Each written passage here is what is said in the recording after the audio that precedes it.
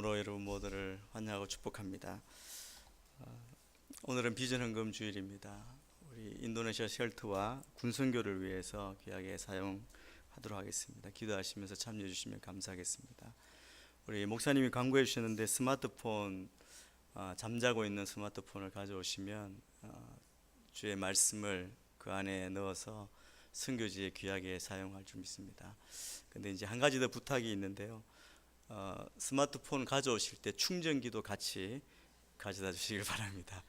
충전기가 없으면 또 사야 되고 그래서 그 선교 단체에 큰 부담이 되기 때문에 가져오실 때 사용하시더라도 거기에 맞는 충전기를 가져오 주시면 감사하겠습니다. 잠깐 기도하겠습니다. 하나님 감사합니다. 오늘 또 우리를 주의 이름 앞에 모이게 하시고 예배하게 하시고 주를 찬양케 하시니 감사합니다. 이 모인 자리에서 주님을 만나며 주님을 경험하며 주의 말씀 앞에 온전히 순종하는 저희 모두가 되게 축복하여 주옵소서. 예수님 이름으로 기도합니다. 아멘. 우리 각자는 하나님을 만나고 하나님을 경험한 장소나 시간이나 말씀, 찬양이 있는 줄 압니다. 그 장소에 있었을 때, 그 말씀을 들을 때, 그리고 그 찬양을 들을 때 때로 감격하고 눈물 흘리고 주를 만났던 그 기억으로 새로워지는 그런 경험을 하죠. 오늘 1절 말씀에 보면 이스라엘 백성들이 이집트를 떠난 지 셋째 달 되는 바로 그날에 그들은 시내 광야에 도착했다고 그렇게 기록하고 있습니다. 우리 모두 또 성경을 읽으시는 대부분의 사람은 이 말씀 앞에 아무런 감동이 없습니다.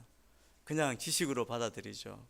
출애굽한 지 셋째 달에 시내 광야에 이스라엘 백성이 도착했구나, 그렇게 알고 그렇게 이해합니다. 아마 시내산에 도착한 이스라엘 백성들도 별다른 감동이 없었을 것입니다. 그러나 그 백성들 가운데 앞에 선 단 한 사람, 가슴이 벅차고 눈물이 나고 그 기쁨이 가득한 상태로 서 있는 한 사람이 있습니다. 그 사람은 바로 모세입니다. 모세가 왜 시내산에 도착했을 때 그에게 다른 사람들은 전혀 느낄 수 없는 큰 감동을 느꼈습니까? 그것은 이 시내산에 왔다는 그 자체, 이스라엘 백성이 그곳에 도착했다는 그 자체가 하나님의 역사, 하나님의 약속이 이루어지는, 실현되는 그 의미가 있기 때문에 그렇습니다. 여러분, 시내산에서 모세가 하나님을 만났습니다. 타지 않는 떨기나무에서 모세에게 소명을 주시면서 주님이 말씀하셨죠. 그가 이스라엘 백성을 이끌고 이 산에서 예배할 것이라고 그렇게 약속하신 그 말씀이 성취되는 순간이 바로 그때입니다. 우리 앞으로 돌아가서 출애굽기 3장에 보면 우리가 이미 나누었습니다. 하나님께서 이렇게 말씀하십니다. 내가 분명히 너와 함께 할 것이다. 내가 백성들을 이집트에서 인도해내고 나면 이 산에서 하나님께 예배할 것인데 이것이 너를 보냈다는 표적이 될 것이다. 이스라엘 백성이 시내산에 도착했다는 그 자체가 하나님이 역사하신 표적이라는 것입니다. 모세는 정말 1년 만에 처음 하나님을 만났던 그곳에 서 있습니다. 여러분, 하나님을 처음 만났을 때 모세가 어떻게 하나님과 이야기했습니까? 모세는 자신이 결코 하나님이 보내시는 곳, 하나님이 쓰시고자 하는 그 일에 내가 쓰임받을 수 없는 사람입니다. 내가 이 일을 감당할 수 없습니다. 다른 사람을 보내십시오. 계속 거절했습니다. 계속 거절하다가 하나님의 진노를 샀고 결국 하나님의 강압에 이끌려 어쩔 수 없이 이집트로 갔지만, 그런데 1년이 지난 지금 모세는 바로 그 자리에 있는 겁니다. 제가 하나님 말씀을 들을 때 하나님의 말씀을 거부했던 그 자리, 자기 생각으로는 도무지 이루어질 수 없을 것이라고 여겨지던 그 자리에서 그 일이 지금 이루어지는 것입니다. 그 이루어지는 것을 보고 느끼고 모세가 여러분 얼마나 감격했겠습니까? 왜 그렇습니까? 하나님, 살아계신 하나님의 그 능력을 경험하고 하나님의 말씀이 반드시 이루어짐을 보았기 때문에 그렇습니다. 여러분, 우리 하나님은 말씀하신 것을 반드시 이루시고 약속하신 것을 반드시 지키시는 분임을 우리가 믿습니다. 여러분, 모세는 이 시내산에 도착한 이후에 있는 광야의 삶이 완전히 달라지게 됩니다. 왜냐하면 하나님의 약속은 시내산까지만 인도하겠다는 그 약속이 아니라 가나안 땅까지 들어가게 하겠다, 그 약속도 포함되기 때문에 이제 이후에 광야의 삶 가운데 이스라엘 백성들이 순간순간 불순종할 때마다 모세는 도리어 이스라엘 백성들을 달랩니다. 그리고 하나님께 백성들을 중보하는 중보자 역할을 모세가 감당하게 됩니다. 여러분, 이스라엘 백성은 하나님의 약속이 이루어질지 안 이루어질지 몰랐기 때문에 때로 불평하고 자기 생각대로, 자기 느낌대로 그렇게 반응하는 것이죠. 그러나 모세는 알고 있습니다. 그가 시내산에서 만났던 하나님, 1년 만에 그 약속대로 그 표적으로 보여주신 하나님, 그 하나님이 이후의 모든 일정도 가나안까지 인도하실 것을, 약속을 지키실 것을 믿었기 때문에 그는 이스라엘 백성을 인도하고 달래고 그리고 하나님 앞에 중보자로 그 사명을 감당하는 것입니다. 우리가 모세의 인생, 모세를 통해서 우리가 배우는 교훈은, 우리를 하나님께서 부르시고 소명을 주실 때 하나님은 언제나 우리와 함께 하시고 우리가 감당할 수 있는 능력을 부어주신다는 사실을 우리가 믿으시길 바랍니다. 그러면 하나님 우리를 부르실 때 우리는 순종만 하면 된다는 사실입니다. 여러분, 이스라엘이 시내산 앞에 시내 광야에 도착했을 때 앞으로 그곳에서 거의 1년 동안 머무르게 됩니다. 시내산에 도착해서 시내산에 머무른 그 기간이 출애굽기 19장 1절, 오늘 읽었던 그 말씀부터 민수기 10장 10절까지 사이에 넓은 범위에 걸쳐서 다른 때보다 더 자세하게 상세하게 기록되어 있습니다. 그런데 이 시기는, 오늘 19장 말씀은 굉장히 중요한 말씀이고, 이 시기는 이스라엘 백성에게 있어서 정말 중요한, 그리고 우리가 하나님의 언약의 백성으로 하나님을 믿는 우리에게도 정말 중요한 말씀이 기록되어 있습니다. 이때 하나님과 이스라엘 백성 사이에 시내산 언약이 맺어집니다. 그리고 하나님의 임재의 상징적인 처소인 성막이 건립되고, 그리고 율법이 그 백성들에게 주어지고, 인구조사도 하고 다시 한번 유월절도 지내고, 이스라엘이 하나님의 택한 백성, 선민으로서의 역사를 본격적으로 시작하게 되는 그런 시기였습니다. 그런데 우리가 한 번 더 눈여겨봐야 할 것은, 이 시기에 이 말씀이 기록되고 시내산에 머물러 있는 이때에 교회라고 하는 단어가 처음 기록되어집니다. 시내산에 모인 하나님의 백성에게 처음 사용되어졌습니다. 하나님의 백성, 하나님 이스라엘의 회중, 그리고 하나님의 총회, 그리고 교회라고 그렇게 이야기합니다. 신약에서 스데반은 이 사건을 이야기하면서 시내산의 이스라엘을 묘사할 때 교회를 의미하는 에클레시아라는 단어를 사용하고 있습니다. 우리 사도행전 7장 38절 말씀을 우리가 같이 한번 봉독하겠습니다. 7장 38절입니다. 시작. 그는 시내산에서 말하던 그 천사와 함께 우리 조상들과 더불어 광야 교회에 있으면서 살아있는 말씀을 받아 우리에게 전해주었다. 이 광야 교회로고, 이 스데반은 이 모세 때, 모세가 그 백성을 인도했던 그때를 이렇게 표현하고 있습니다.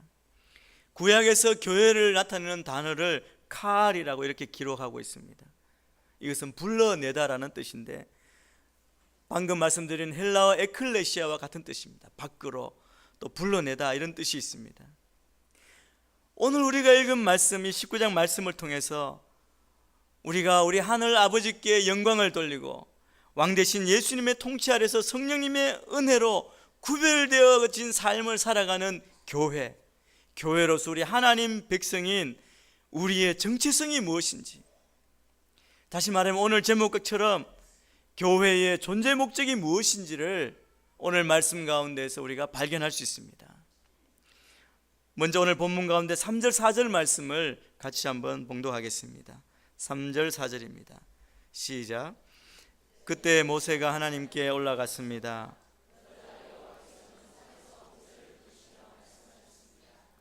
너는 야곱의 집에게 말하고 이스라엘 자손들에게 말하여라.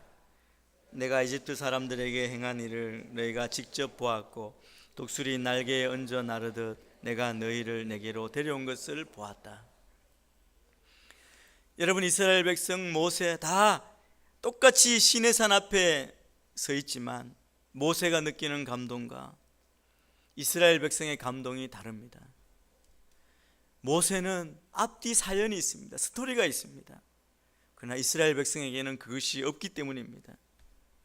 모세와 그 이스라엘 백성의 심정이 다르듯이 하나님과 모세의 심정이 또한 다릅니다. 백성은 자기만 아는 것이죠.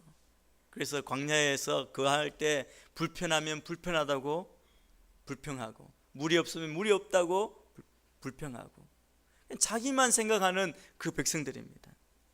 근데 모세는 백성들이 모르는 다른 것을 알고 있습니다. 그런데 하나님은 모세가 모르는 또 다른 것을 알고 계시기 때문에 모세가 생각하는 것과 또 다른 그런 심정으로 그 백성을 보고 있습니다. 여러분, 하나님 이스라엘 백성을 보실 때 무엇을 생각하시겠습니까? 여러분, 하나님은 아브라함을 부르셨습니다. 그 민족의 조상 아브라함을 부르셨고 그들에게 민족을 이루게 해주겠다고, 땅을 주겠다고 그렇게 약속하셨습니다. 그 약속이 성취되어 가고 있다는 것을 이 시내산 앞에서 그 백성을 보시면서 하나님이 그렇게 생각하시는 것이죠. 이스라엘을 향한 하나님의 심정을 표현하는 것이 오늘 3절 4절 말씀에 기록되어 있는 것입니다. 하나님은 이스라엘 백성들에게 이 시내산 언약의 말씀을 주시기 전에 먼저 그들에게 이렇게 말씀합니다. 그들이 받은, 하나님께서 그들에게 베풀어 주신 은혜가 무엇인가 너희들이 다 보고 경험했을 텐데 그것이 무엇인가 한번 기억해 보라는 것입니다. 여러분, 이스라엘 백성이 받은 은혜가 얼마나 많습니까? 가까이는 이스라엘을 바로의 손에서 구원하셨습니다. 홍해도 건너게 하시고 불기둥 구름 기둥으로 인도하시고 만나도 내려주시고 물도 주시고 그렇게 백성을 인도해서 시내산까지 오게 했습니다. 그런데 하나님이 그 인도하심, 그 은혜를 베푸신 것을 오늘 4절에 이렇게 표현합니다. 이스라엘을 인도하시되 독수리의 날개에 얹어 나르듯 인도하셨다라고 말씀하십니다. 여러분, 이 표현은 하나님께서 이스라엘에게 베푸신 사랑이 어떠한가를 잘 표현해 주고 있습니다. 구약 성경 또 성경에 보면 이 독수리에 대해서 많이 비유하고 있습니다. 오늘 이스라엘 백성을 인도하는 이 독수리에 대해서 신명기 32장에도 똑같이 이렇게 표현하고 있는데, 신명기 32장 11절 12절 말씀 우리가 같이 한번 봉독하겠습니다. 시작. 그 사랑의 모습은 마치 독수리가 자기 둥지를 어지럽히고 자기 새끼를 맴돌다가 그 날개를 펴서 새끼들을 잡아 여호와께서 귀로 야곱을 이끄셨으니 다른 어떤 이방신이 그와 함께 하지 않았다. 여러분, 여기 뭐라고 이렇게 설명하고 있습니까? 여러분, 독수리를 보신 적 있습니까? 저는 옛날 군대 생활할 때 최전방에 있었는데 전방에서 겨울에 눈을 치우다가 고개를 들었는데 독수리 한 마리가 날아가는 겁니다. 근데 그렇게 바쁘게 눈을 빨리 치워야 되는데 고참이 야단치는데도 그것 아랑곳하지 않고 독수리를 쳐다봤습니다. 마음을 빼앗을 정도로 제가 혹해서 봤습니다. 큰 날개를 펴고 남에서 북으로 우리가 갈 수 없는 그 땅으로 건너가는데 날개 한번 흔들지 않고 그냥 날아가는 거예요. 올라가는 것이. 여러분, 독수리는 새 중에 가장 크고 강한 새이죠. 그런데 이 독수리는 자기 자식들, 자기 새끼들을 강하게 훈련시킵니다. 오늘 말씀에 보면 둥지를 어지럽게 한다. 여기 둥지 높은 곳에 짓고 크게 둥지를 무겁게 짓습니다. 근데 어지럽게 한다는 것은 막 흔든다는 겁니다. 그래서 새끼들이 둥지에 있지 못하고 떨어지게 한다는 거죠. 높은 곳에서 떨어질 때 날개가 있으니까 힘껏 날지만 날개에 힘이 없어서 날아오르지 못합니다. 떨어지는데 그것을 어미 독수리가 보고 있다가 다 떨어질 때쯤 가서 날개 위에 얹어서 올라간다는 것이죠. 그리고 다시 올라가서 다시 떨어뜨리고, 그렇게 강한 훈련을 반복해서 그 독수리는 강하고 튼튼하게 자라납니다. 그리고 그 결과 독수리는 모든 새 위에 군림하는 새의 왕자가 되는 것입니다. 이렇게 강한 훈련을 통해서 힘 있는 독수리가 되게 하는 것, 이것이 그 자식에 대한 어미 독수리의 사랑이라고 그렇게 말합니다. 하나님께서 이스라엘 백성들을 이렇게 훈련시키셨습니다. 여러분, 우리가 다 부모로 자녀를 우리가 출산하고 키우지 않습니까? 자녀를 키우는 동안 어떤 분은 더 큰 어려움, 또 눈물로 키우는 분이 있습니다. 자녀가 생기지 않아 자녀를 주시도록 기도하고, 그렇게 어렵게 하나님이 주셔서 임신하고, 또 임신 가운데 어떤 분은 유산의 위기도 겪고 많은 위험한 일을 겪어서 결국 출산했을 때 이 아이가 얼마나 귀하고 또 소중한 생명입니까? 그래서 클 때 아이에게 그런 이야기를 해주죠. 너 때문에 이렇게 고생했다, 그런 이야기를 해줍니다. 여러분, 그 이야기를 해주는 이유가 무엇입니까? 엄마가 얼마나 수고했는지 알아달라는 그런 의미가 아닐 것입니다. 도리어 그렇게 태어난 네가 얼마나 소중한 존재인가, 그래서 부모가 아이를 위해서 앞으로 얼마나 정성을 쏟을 것인가를 알려주는 그런 이야기 아닙니까? 이 부모의 심정이 하나님께서 이 말씀으로 나타난 것입니다. 하나님이 그 백성을 구원하시고 어려운 가운데 독수리의 날개 위에 얹은 것처럼 그렇게 보호하고 인도했다, 은혜를 베풀었다고 하는 것, 이것은 하나님의 자기 자랑이 아닙니다. 반대로 이스라엘이 얼마나 하나님에게 존귀한 존재인가를 알려주시는 것입니다. 하나님의 수고를 강조한 것이 아니라 하나님이 그만한 수고와 고생을 감수할 만큼 이스라엘이 하나님께 너무나 존귀하다는 그런 의미입니다. 여러분, 이스라엘 백성만 그렇습니까? 여러분 한 사람 한 사람이 하나님 앞에서 얼마나 존귀한 존재인지, 저는 이 하나님의 마음을 느끼고 깨닫게 되기를 축복합니다. 하나님은 여러분을 위하십니다. 인간을 위해 주시는 분입니다. 그래서 하나님 말씀을, 성경을 읽을 때마다 하나님의 사랑을 느끼고, 하나님이 인간을 얼마나 존귀히 여겨주시는지, 나를 얼마나 사랑해 주시는지를 체험하시기를 주님의 이름으로 축복합니다. 여러분, 이스라엘이 정말 소중한 존재이기 때문에 앞으로 이스라엘은 정말 귀중한 엄청난 역할을 해주기를 바란다는 기대와 소망이 당연히 있지 않겠습니까? 하나님은 그 기대와 소망을 가득 담고 이스라엘 백성에게 약속의 말씀을 주십니다. 5절 6절 말씀을 또 계속해서 읽겠습니다. 5절 6절입니다. 시작. 그러니 이제 너희가 민족들 가운데 특별한 내 보물이 될 것이다. 온 땅이 다 내 것이지만 너희는 내게 제사장 나라, 거룩한 민족이 될 것이다. 너는 이 말을 이스라엘 백성들에게 전하여라. 하나님이 이스라엘 백성에게 이렇게 말씀합니다. 너희가 온전히 내 말에 순종하고 내 언약을 지키면 너희는 모든 민족 가운데 특별한 내 보물이 될 것이다. 여러분, 하나님의 보물과 같은 존재가 된다는 겁니다. 내 소유가 된다는 것입니다. 하나님의 소유가 된다는 것이죠. 그리고 내게 제사장 나라, 거룩한 백성이 될 것이다 라고 말씀합니다. 그것을 백성들에게 말하라고 말씀합니다.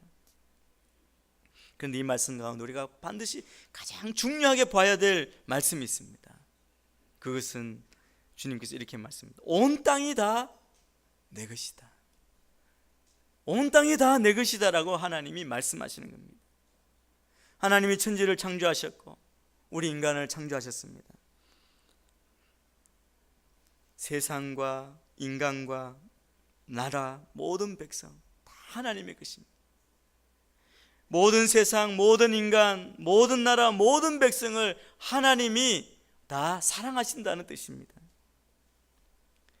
여러분, 다 내 것이라고 말씀하시는 그 말씀 가운데는 하나님이 사랑하시는 인간이 있고 미워하시는 인간이 있다는 것이 아니라는 겁니다.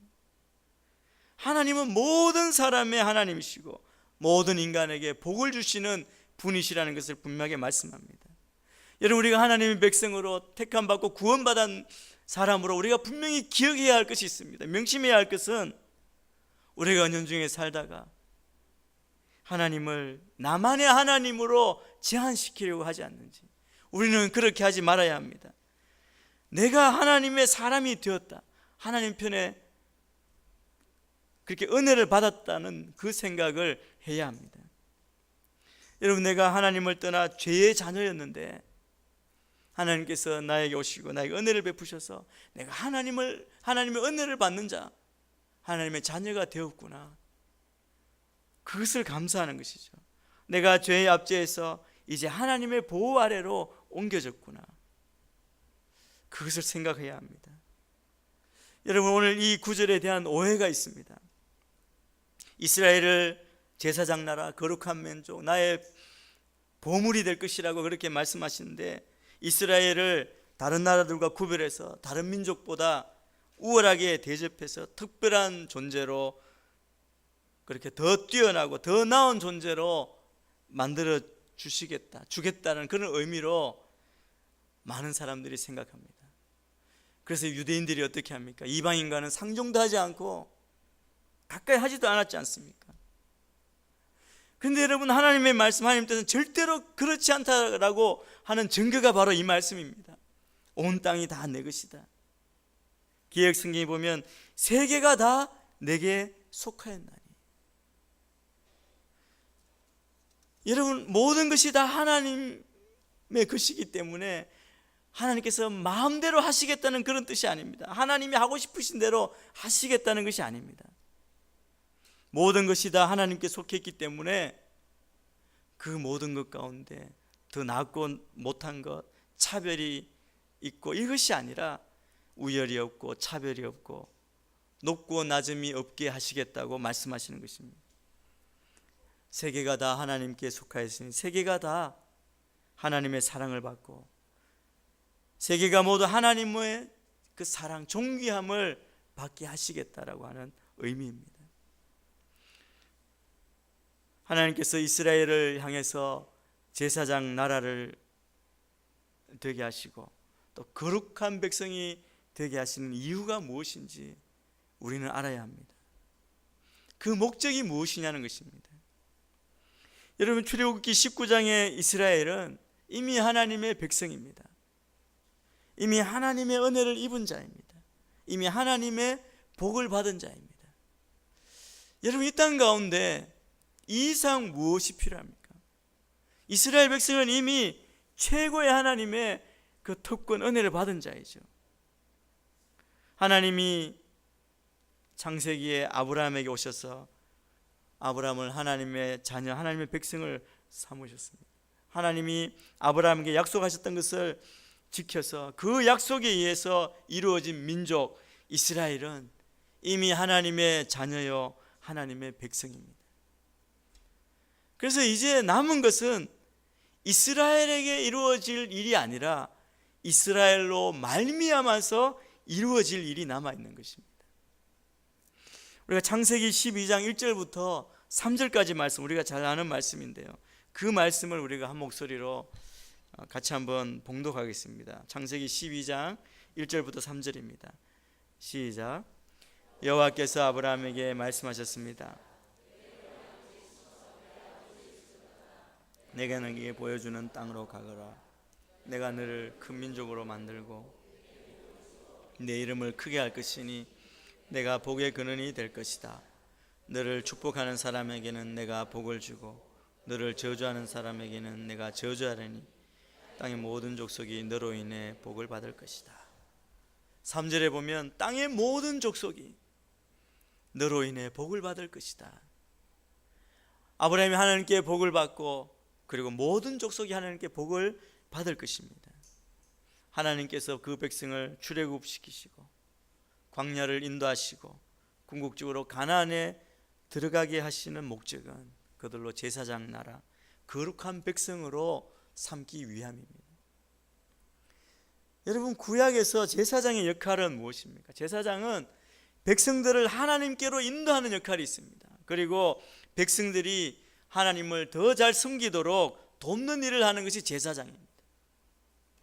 그래서 하나님은 이스라엘 백성에게 너희는 내게 제사장 나라, 거룩한 민족이 될 것이다 라고 말씀하신 것은 이스라엘이 자기들만 구원받고 자기들만 하나님 백성이 되었다고 좋아하고 감사할 것이 아니라 이웃나라, 열방을 하나님께로 이끌 책임과 사명이 있음을 가르쳐 주시는 것입니다.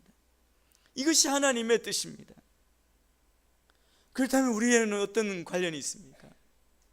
이제 신약의 모든 성도들은 예수님의 십자가의 보혈로 맺어진 하나님의 언약의 백성입니다. 모든 그리스도인, 모든 크리스천들은 다 제사장의 직분을 감당해야 합니다. 잘 감당해야 합니다. 그래서 베드로 사도는 우리가 어떤 책임을 가졌는지 오늘 말씀과 똑같은 말씀을 베드로전서에서 우리에게 말씀해 주고 있습니다. 베드로전서 2장 9절 10절 말씀 또 계속해서 읽겠습니다. 시작. 그러나 여러분은 택하신 족속이요 왕같은 제사장들이요 거룩한 나라요, 이는 여러분을 어둠에서 불러내어 그 선포하게 하시기 위한 것입니다. 여러분이 전에는 백성이 아니었으나 이제는 하나님의 백성이며 전에는 자비를 얻지 못했으나 이제는 자비를 얻은 사람들입니다.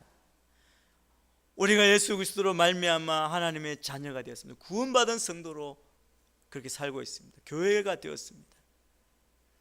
그러면 우리는 어떤 사람입니까? 베드로전서 이렇게 말합니다. 여러분은 택한 받은 족속이, 왕같은 제사장이요 거룩한 나라요 그분의 소유된 백성이라고 말합니다. 시내산에서 하나님께서 이스라엘 백성에게 말씀하셨던 그 정체성이 우리에게도 동일하게 똑같은 정체성으로 그렇게 말씀하시는 것입니다. 모세는 백성이 스스로를 어떤 존재로 보아야 하는지를 말하고 그 언약의 목적을 전한 것입니다. 이스라엘은 제사장 나라가 되라는 부름을 받은 것입니다. 이제는 이스라엘 공동체 전체가 하나님을 열방에 알리고 열방을 불러서 희생을 통해 속죄할 길을 찾게 하고 제사장의 사명, 그 역할을 감당해야 될 책임이 이스라엘에게 있는 것이죠. 베드로는 하나님의 제사장 된 백성인 우리 공동체, 교회의 정체성을 우리에게 말씀하고 있습니다. 이 백성은 다 같이 하나님 나라의 선하심을 찬양하며 살아갑니다. 하나님의 백성은 하나님 자신이 거룩하신 것처럼 우리도 구별된 삶, 구별된 나라여야 합니다. 하나님의 백성의 공동체는 자기만 위한 공동체가 아닙니다. 우리를 구원하신 그 빛 되신 주님, 하나님의 그 은혜를 선포하며 전해야 합니다. 선교 공동체여야 함을 말씀하고 있습니다. 시내산에 모인 그 백성은 그들의 삶의 방식을 통해서 하나님을 열방에 선포하라는 명령을 받았습니다. 우리도 동일하게 우리의 삶을 통해, 우리의 믿음을 통해서 하나님을 열방에 선포하라는 그 명령을 우리가 받았습니다. 여러분, 우리의 존재 목적, 우리 교회의 존재 목적은 바로 이것입니다.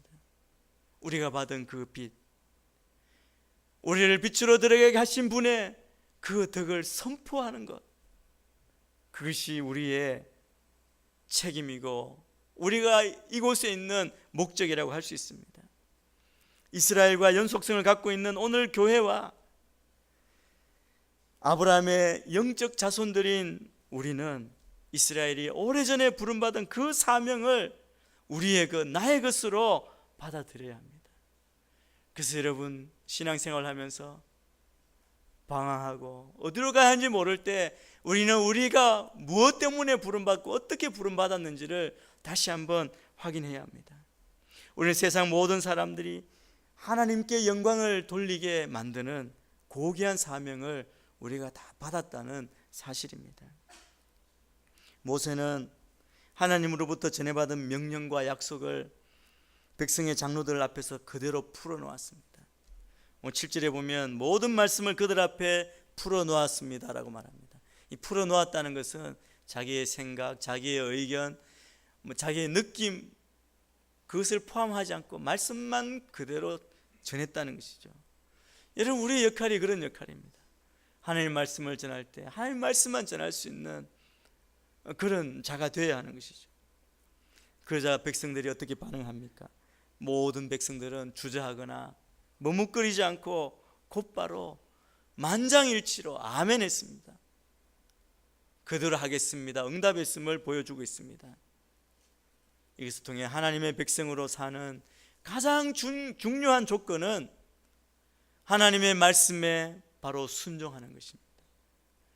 왜 순종할 수 있습니까? 하나님이 하신 일을 우리가 알기 때문에, 하나님만 우리가 믿을 수 있는 분임을 우리가 알기 때문에 우리는 하나님 말씀 앞에 절대적으로 바로 순종해야 하는 것입니다.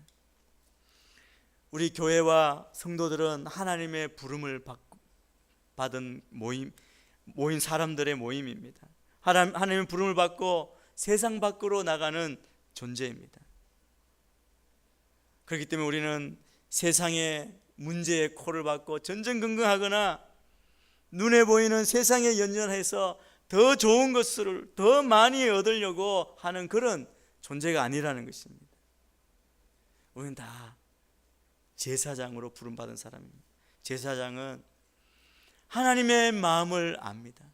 하나님의 마음을 읽고 하나님이 보시는 그 눈으로, 하나님의 시각으로 세상을 바라보며 세상을 세상 밖으로 인도해내는 존재, 세상 밖으로 인도해서 하나님께로 이끄는 존재가 바로 제사장입니다.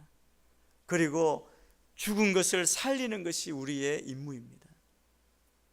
우리는 오직 이 세상에서 하나님을 모르는 자들에게 하나님이 살아계신 것과 하나님의 사랑을 나타내고 선포하기 위해 특별하게 선택받은 자임을 우리가 다시 한번 명심하게 되기를 바랍니다. 오늘 교회는 마치 하나님 나라의 대사관과 같습니다. 우리는 다 하나님 나라의 대사들입니다. 여러분, 우리가 얼마나 고귀한 사명, 그 직분을 받았습니까? 이 고귀한 사명을 모두가 다 잘 감당하는 우리 모두가 되기를 주의 이름으로 축원합니다. 기도하겠습니다. 하나님 아버지, 우리를 사랑하시고 우리를 인도하시고 우리를 품어주신 주님의 그 사랑을 감사합니다. 주님께서 우리를 사랑하셔서 구원해 주시고 우리를 주님의 자녀 삼아 주시고 너는 나의 소유라고 내 것이라고 말씀하시고 왕같은 제사장 거룩한 나라로 불러주심을 감사합니다. 하나님, 우리가 받은 이 귀한 직분, 이 사명을 깨닫고 하나님 나라의 대사로서, 제사장으로서 주의 복음을 선포하며 전하는 그 사명을 감당하는 우리 모두가 되게 인도하여 주옵소서. 감사하며 예수님 이름으로 기도합니다. 아멘.